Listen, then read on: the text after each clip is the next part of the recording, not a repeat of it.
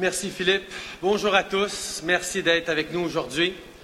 Je viens tout juste de visiter les installations de Rio Tinto ici à Jonquière en compagnie du Premier ministre Philippe Couillard. Merci Philippe d'être toujours à nos côtés pour ça et aux côtés des travailleurs. Nous avons eu l'occasion de nous entretenir directement avec les travailleurs et d'entendre leur opinion sur les droits de douane proposés par le gouvernement américain. Avant d'aller plus loin, je tiens à remercier Hélène Laroche et Gervais Jacques de nous avoir accueillis plus tôt aujourd'hui. Et merci à tous les travailleurs qui ont partagé avec nous non seulement leurs préoccupations, mais leurs attentes à l'égard de vos gouvernements en cette période d'incertitude. C'est très apprécié et surtout c'est très utile pour mon équipe et moi. Je sais que la semaine dernière a été particulièrement éprouvante pour les gens de l'industrie et leurs familles. Les droits de douane imposés sur l'acier et l'aluminium par le gouvernement américain menaçaient d'avoir des conséquences majeures sur le Canada, son économie et surtout sur nos travailleurs. Ce n'est pas une situation que notre gouvernement a pris à la légère. En effet, nous n'avons ménagé aucun effort pour défendre notre industrie et pour protéger les emplois canadiens. Nos voisins américains sont, bien entendu, des partenaires historiques, des alliés de longue date, des amis sur lesquels nous avons pu compter par le passé et avec qui nous entendons continuer à travailler. La profondeur de nos liens et la proximité de nos pays ont des répercussions dans presque tous les domaines. Les industries de l'aluminium et de l'acier ne font pas exception. Comme l'a souligné notre ministre Freeland la semaine dernière, les blindés américains sont faits d'acier canadien et les avions de chasse d'aluminium de chez nous.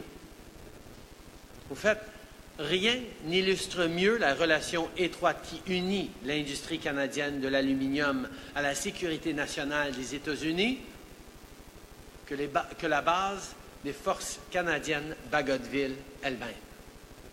Construite en 1942, elle avait comme mission de protéger les alumineries et des centrales hydroélectriques de la région pendant la Deuxième Guerre mondiale. Dans les années 1950, la base a même servi de lieu d'entraînement pour les escadrons destinés aux forces canado-américaines qui sont ensuite devenus NORAD en 1958. D'ailleurs, encore aujourd'hui, défendez le Saguenay est la devise de la 3e escadre. Le Canada entretient une relation spéciale avec ses voisins du Sud que nous désirons cultiver et enrichir à l'avenir. Mais ne faites pas d'erreur. Nous sommes d'abord et avant tout au service de nos citoyens, de nos travailleurs et de leurs intérêts. La semaine dernière, nous avons fait ce que nous avons toujours promis de faire, peu importe la situation. Nous avons fait passer les intérêts canadiens en premier. Et grâce au travail acharné d'une équipe incroyable, le Canada a obtenu une exemption sur les tarifs sur l'acier et l'aluminium jusqu'à nouvel ordre. Et soyez assurés que nous allons poursuivre notre travail en vue d'obtenir une exemption définitive et permanente pour les exportations canadiennes d'aluminium et d'acier avec la même énergie et vigueur dont nous avons fait preuve dans les dernières semaines. Nous comprenons aussi qu'il reste encore des défis à surmonter, notamment concernant la surcapacité mondiale dans les secteurs de l'aluminium et de l'acier et le risque que pose une augmentation accrue d'exportations déloyales. Protéger les emplois des travailleurs canadiens demeurera toujours notre plus grande priorité et nous sommes prêts à agir en conséquence. Et sur ce point, je tiens encore une fois à remercier et à souligner les efforts déployés par les premiers ministres provinciaux, par les chefs d'entreprise, les syndicats et tous les parlementaires de tous les partis. Make no mistake, this was a true Team Canada effort and it will continue to be moving forward.